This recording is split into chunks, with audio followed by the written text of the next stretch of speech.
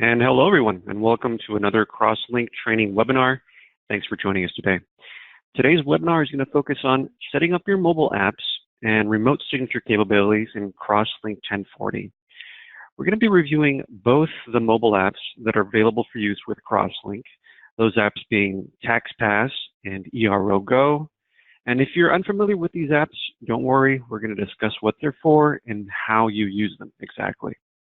And then we'll also see how CrossLink's remote sign capability works and review the steps to start using remote sign. And this is, to capture electronic signatures remotely for your customers and even for yourself and other tax preparers at the office. So with that said, let's get started. And we're going to begin with a quick review of TaxPass. When it comes to TaxPass, just consider this to be essentially an app for your business. This app is focused for your customers to use. And what they can do with this app is that they can send you their tax info using the app. Your customer would download the app, enter the information, and send it to you, along with any e-documents or attachments, images that they've taken on their phone or attached using their phone. That will be sent to you as well. And all that information can be imported into your CrossLink software. That's the real big benefit here. Along with that, you can customize the app with your logo. We'll see how to do that here shortly. And it also provides customers with some tax return information and tools. I have a little asterisk next to this here because when it comes to TaxPass and a integrated messaging tool that it has, it allows the customer to send you tax messages to send you messages through the app.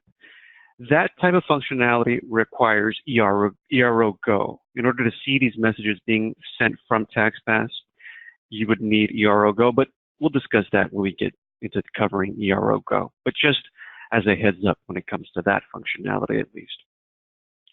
And then new for 2020, for this upcoming tax season, we have kiosk mode, which is something a lot of our customers have been asking for. Typically, this TaxPass app is very kind of customer focused. The customer would download the app onto their phone, they would register it personally for their use, and then they would use it to send you information.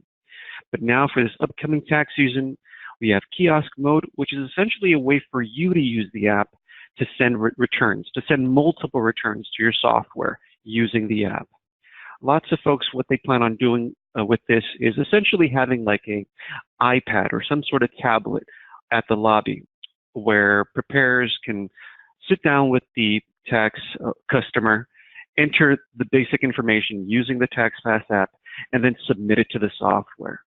One customer after the other without this kind of registration process happening per customer. So hopefully that makes sense. I know if that sounds like something you'd be interested in doing and having like this bridge between your customer and the software, that's what TaxPass is all about. And now you can use it for customers specifically. The customer can use it individually, or you can use it kind of like as available for all your offices, all your customers that walk into your office. And as always, there's no cost to use this. This is all built in when it comes to your purchase of CrossLink.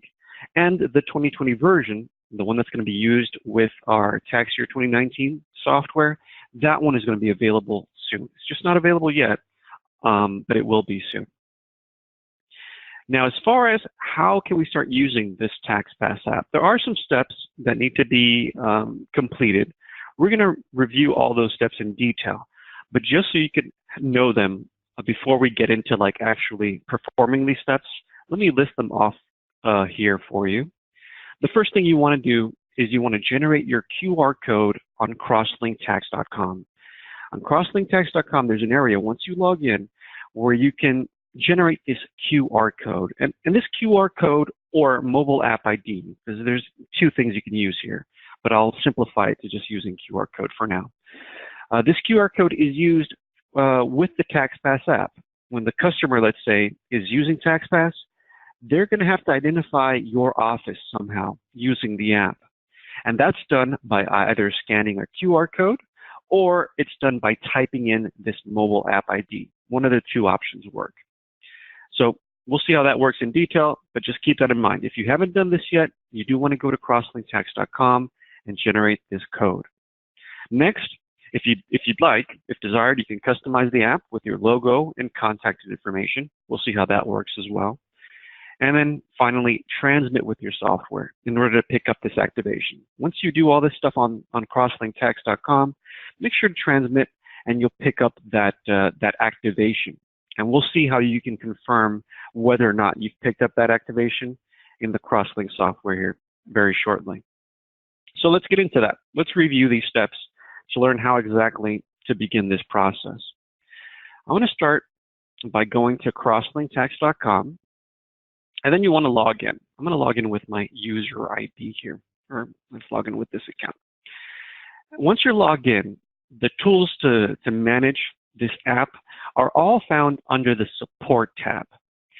Here, there is an option called Mobile App Management, but you'll notice that you don't find it for tax year 2019. Right now, whenever you log in, you're in this upcoming tax season's portal, and these tools aren't available just yet for 2019. However, you can go back and modify them for tax year 2018 because it's all the same. It's the same QR code, the mobile app ID. It's all the same thing. So if you want to get a kind of a head start before these tools are even available, you can go back to tax year 2018.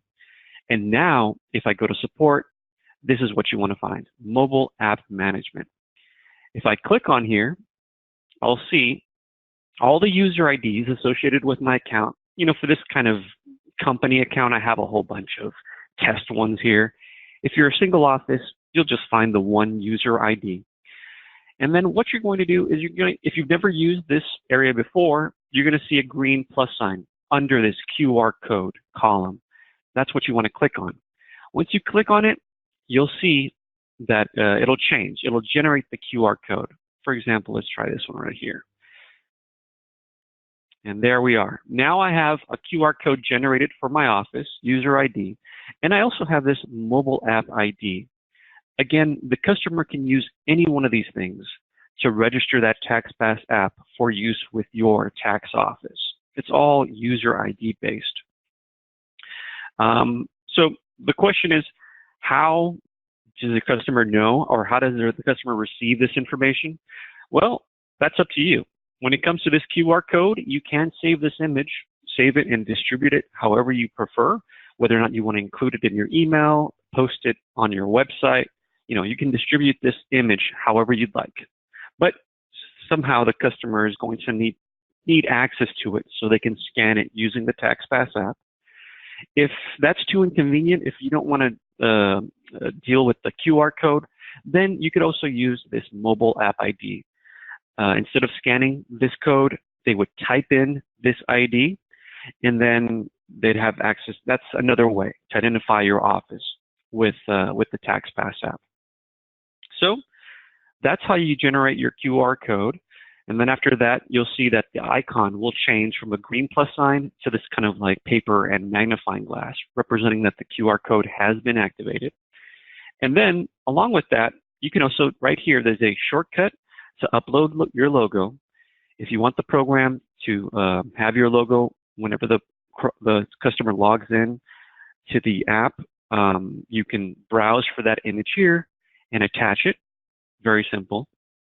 And as far as the contact information goes, that's found on this page as well. We're on the mobile app management page right here, contact information. You can click on any one of these and then confirm that your address information is okay. If you want to enter a website URL for your business, you can do that. But just double check that all this is filled out correctly. Typically, it autofills using the information that we have associated with your office. But it's always a good idea to go in there and double check. Make sure it's the way you want it to be. All right, and then once you have that set up, you're pretty much good. At this point, it's all on the customer's hands to start using the app. One last thing though, when it comes to the software itself, I said that once you activate this information, the final step is to transmit with the software to pick up that activation. So let me open up my software here. Once in transmitting, you click on the transmit button You transmit here to transmit with your software. It should pick up the activation at that point. And you could always double check you can confirm whether or not you received this activation by going up to the Help menu and About CrossLink. Once you transmit and go to About CrossLink, you should see your mobile app ID in here. See where it's right here in this area. If this is blank, if you do not see a mobile app ID or this area is not available, that typically means you have not received the activation to the software. So you want to transmit. And keep in mind that right now we're talking about CrossLink tax year 2018 because, as I mentioned, the 2019 version that's still in the works. It should be available by the end of this month, I would say.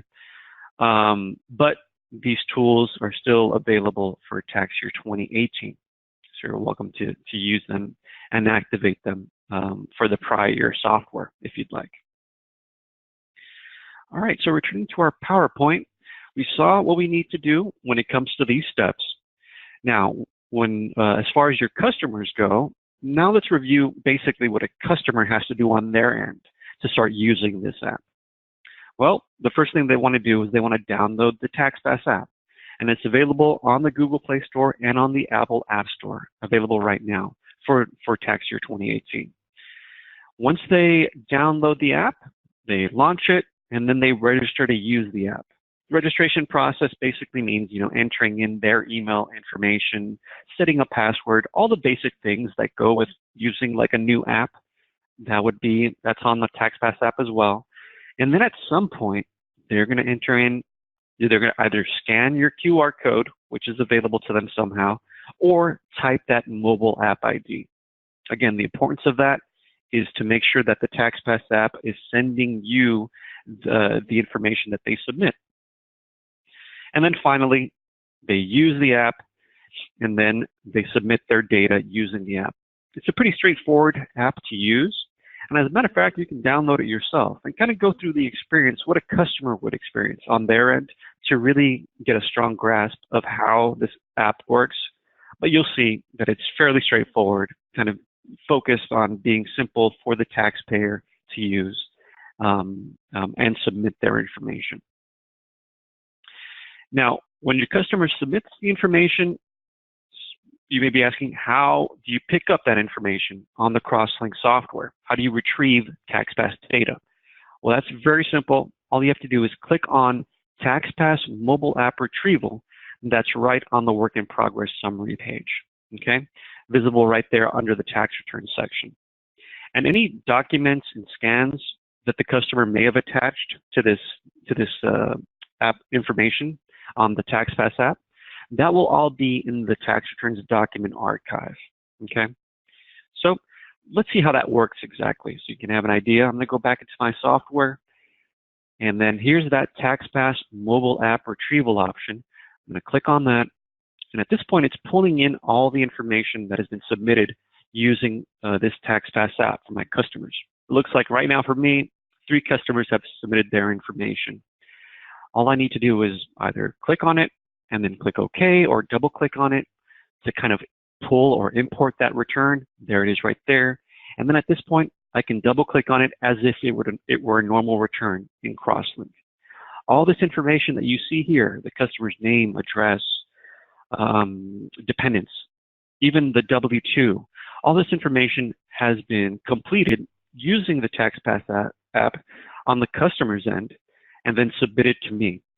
And it's all imported into the software. So it's a really nice head start on preparing this tax return. All I need to do now is just finalize the return, complete any forms that may be missing, any areas here or there, but at least we have some of this data entry completed. That's really the big benefit of using the TaxPass app. And then any documents that the customer may have submitted will all be included inside the document archive. You just open this up as if there were any other e-document that you've attached to the return, and they'll be waiting for you here. All right? Okay. So let's go back into our PowerPoint here. That's all we have on TaxPass. Now we can start talking about ERO Go and how it relates to TaxPass a little bit, what this app is all about. When it comes to ERO Go, this is essentially a way for you to manage your business. This one, as opposed to TaxPass, which is focused on the customer's end, this one is more focused on your end, on the office end, talking about your tax business. Here, you can use this app to view stats and reports about your business. You can use it to request state packages. You know, if you need a state package, any type of state forms that aren't installed in the software, kind of like a shortcut to attach or add those states to your software. If you're multi-office, if you have more than one office using CrossLink, you can use this app to activate and deactivate offices. And like I was saying, like I briefly mentioned before, when it comes to TaxPass, if customers want to use that application to send you messages, then in that case, you would need ERO Go to receive the messages. That's how you would get messages from TaxPass users. And just like TaxPass, there is no cost to use it, and as well, the 2020 version arrives soon. Closer that we get to the beginning of the tax season, that's when these apps become available.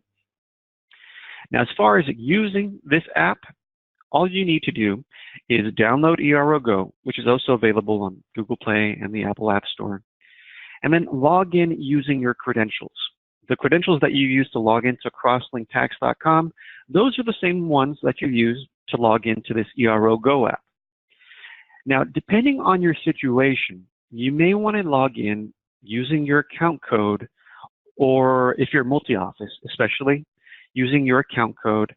If you're single office, you'd want to log in using your user ID, just as general tips when it comes to using this app. And if you're not familiar with what I'm talking about, account code versus user ID, I think we should take a look at that.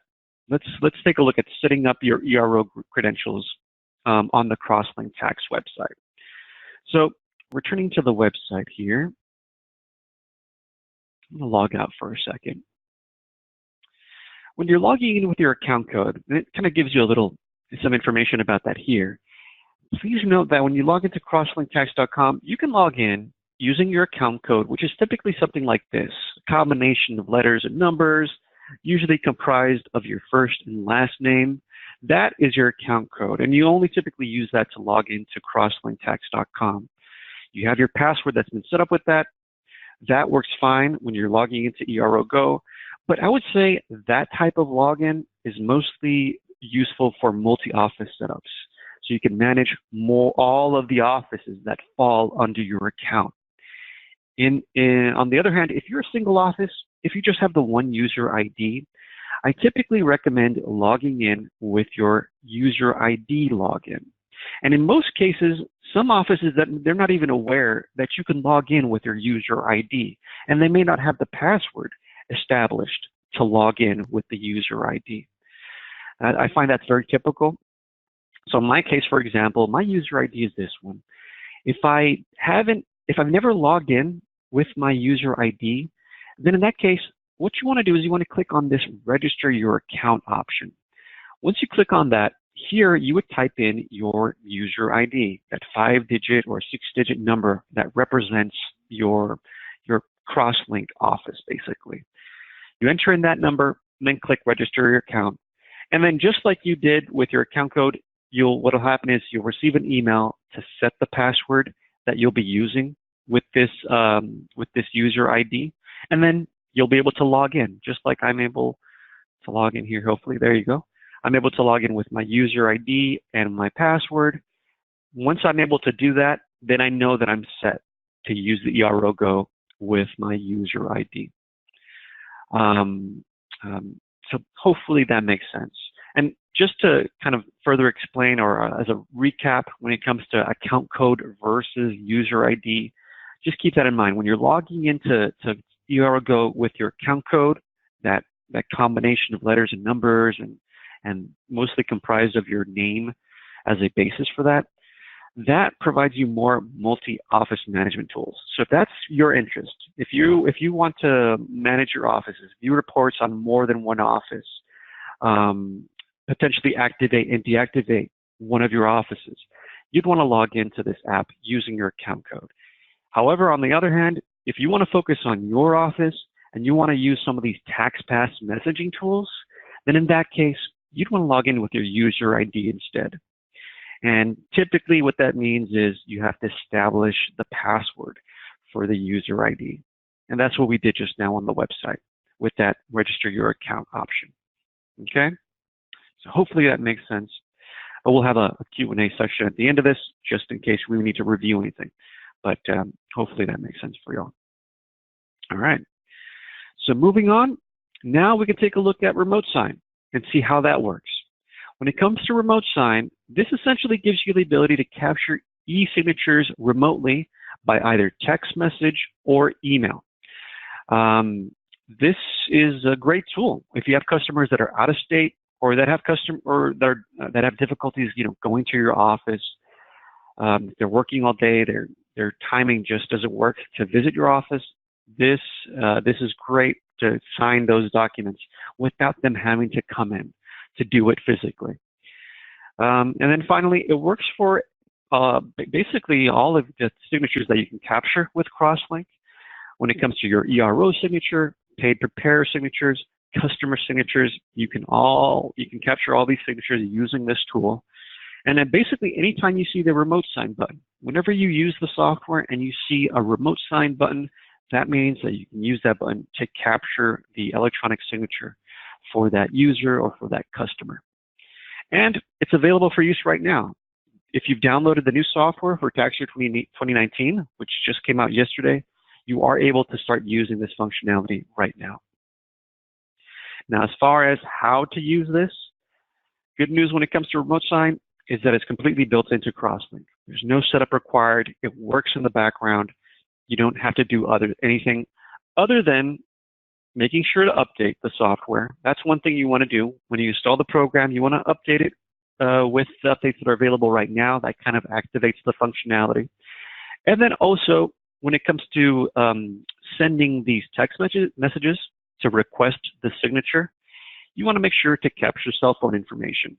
Not only the cell phone number, but also the cell phone carrier. It uses that information to send the text message. So let's see how that works. We'll take a little live demonstration and see how that process works. So I'm going to open up my new software here. This is the CrossLink 2020 software for tax year 2019. And there's a few areas, like I mentioned, you can capture these signatures for using remote sign for your office, for the ERO and paid preparers, and also for customers. So let's capture a signature for a paid preparer, let's say.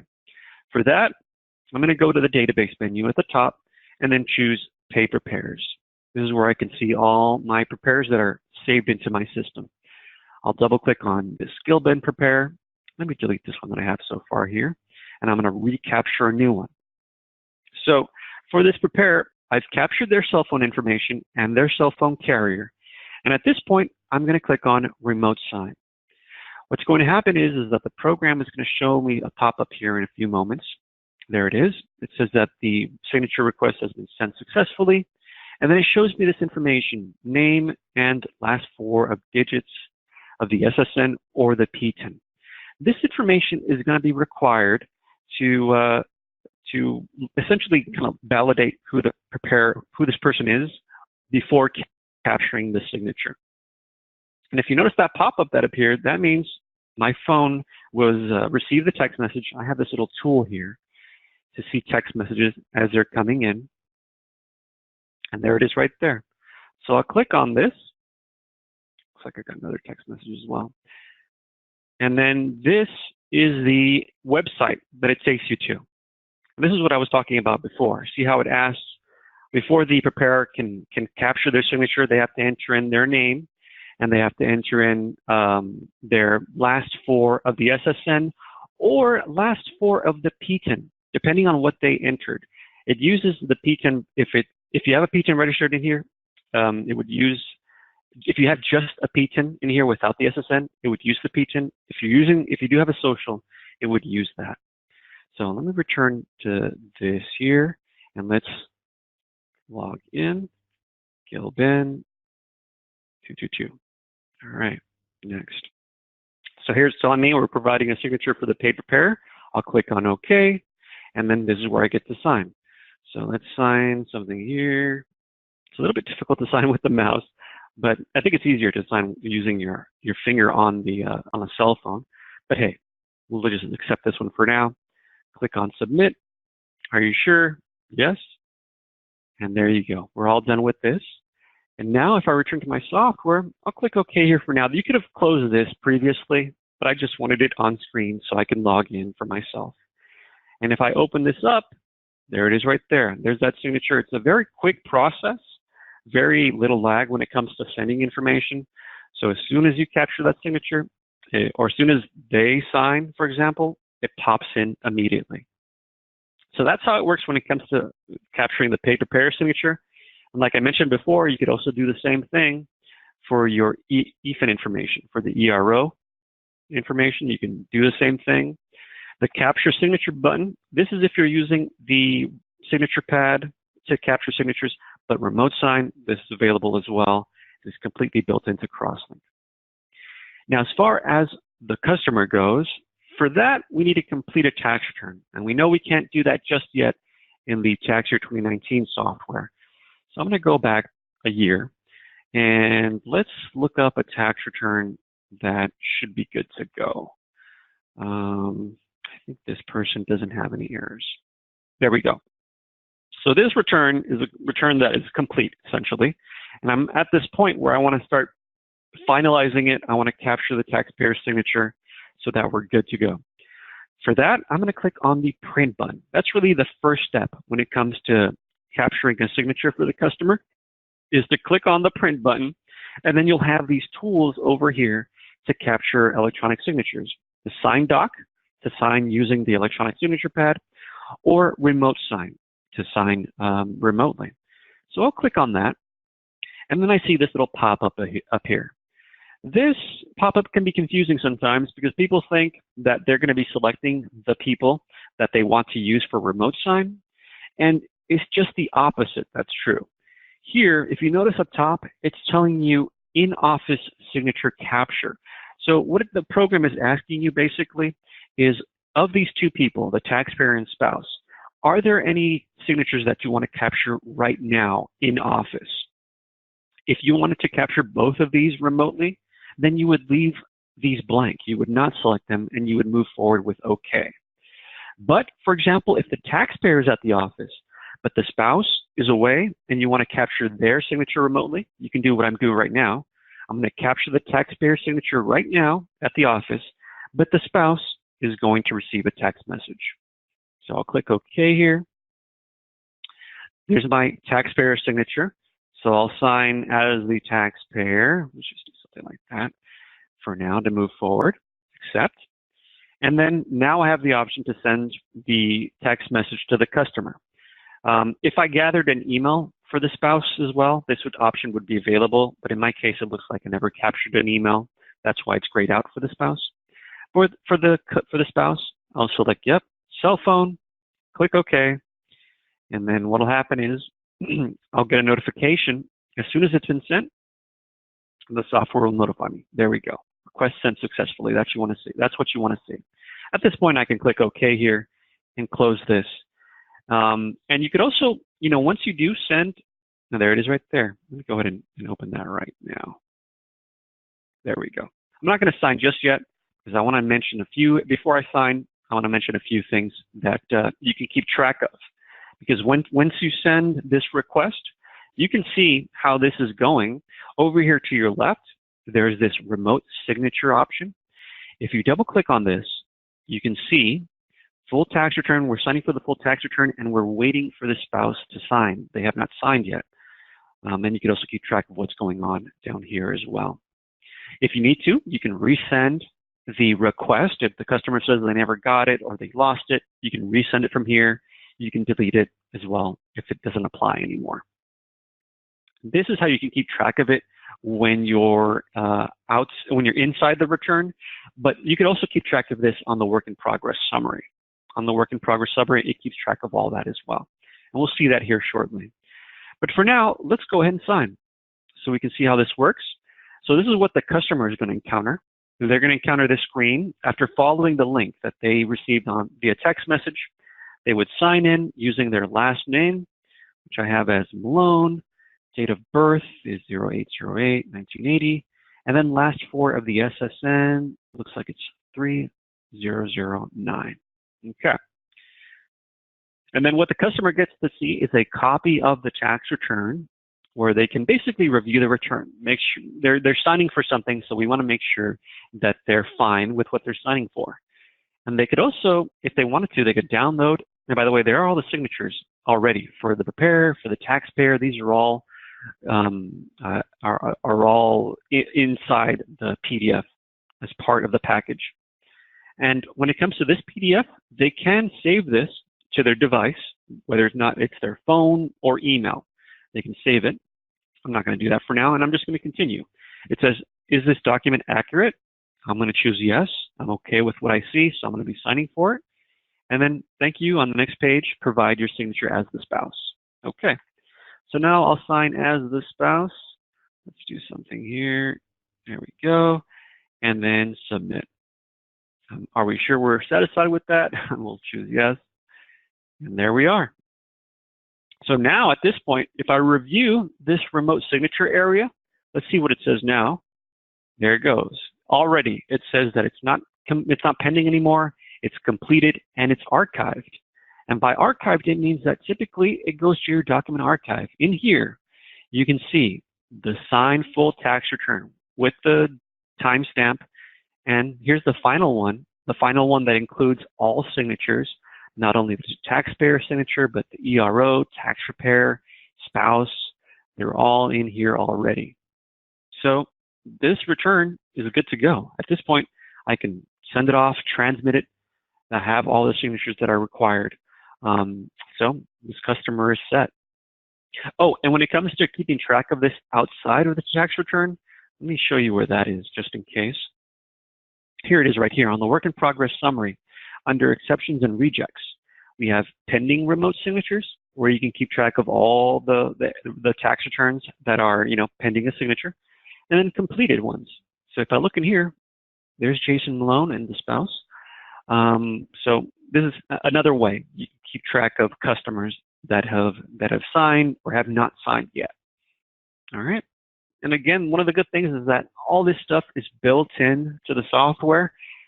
That's why I think we're leading when it comes to the innovation that we offer our customers. None of this is extra packages that they have to purchase. It's all built in. So I definitely urge you, one of the best things you can do to see whether or not this is going to be useful for you is to just try it. You can download TaxPass, ERO Go, and start using remote sign for yourself. Hopefully these types of services and innovations will make the tax season, this upcoming tax season, easier for you.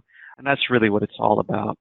So with that, I want to thank you for your time today. Hopefully this was a useful webinar for you. Thank you.